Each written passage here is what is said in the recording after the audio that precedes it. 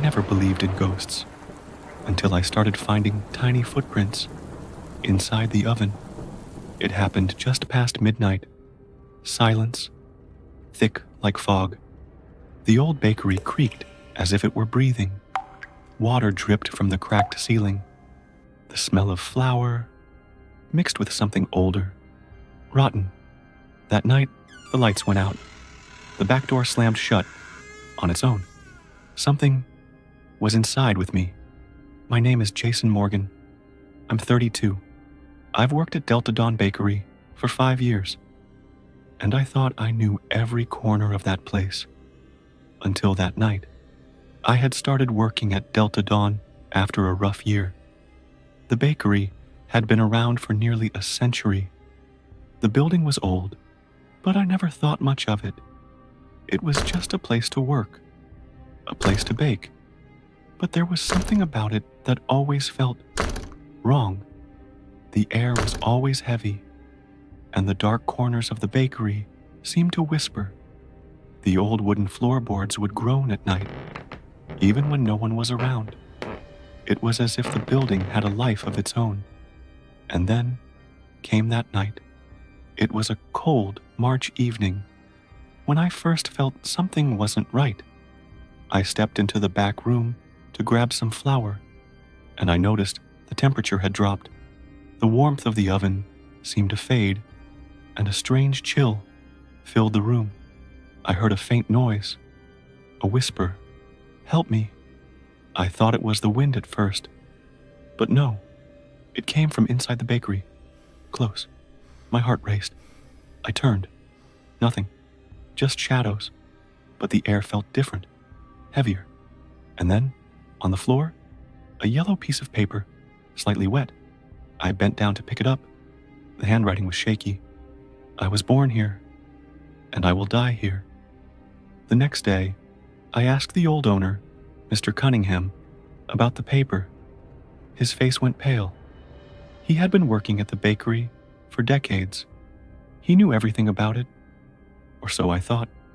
He leaned in close, his voice shaky. "Don't mess with old things, Jason. Some spirits don't forget." He told me about Eliza Moore, the original baker. She had worked at Delta Dawn back in 1901. She was famous for her bread. People traveled from miles around to taste it. But one day, she vanished. No one knew what happened to her. There were rumors, whispers, that Eliza had been seen near the oven just days before her disappearance. Her apron was found, stained, but no body. As I continued my work, strange things began to happen. More frequently, doors would creak open on their own. Flour would spill from bags as if someone was standing there, dusting their hands.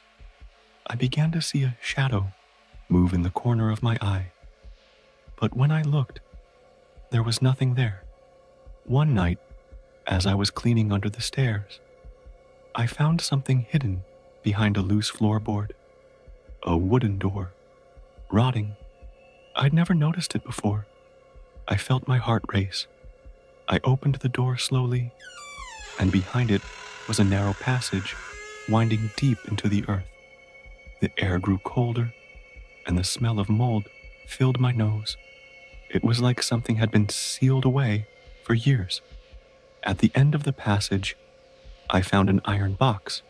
It was covered in mold and dirt. 2 letters were carved into the box. EMI opened the box.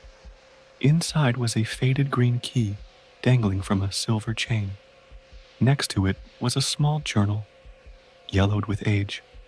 I opened the journal, and the words on the first page froze me in place. "If you're reading this, time has run out." The journal went on to tell Eliza's story. She had been the bakery's best baker, but there was more. I once fed the hungry, then I started stealing. Now, a spirit lives in the oven, and it's waiting.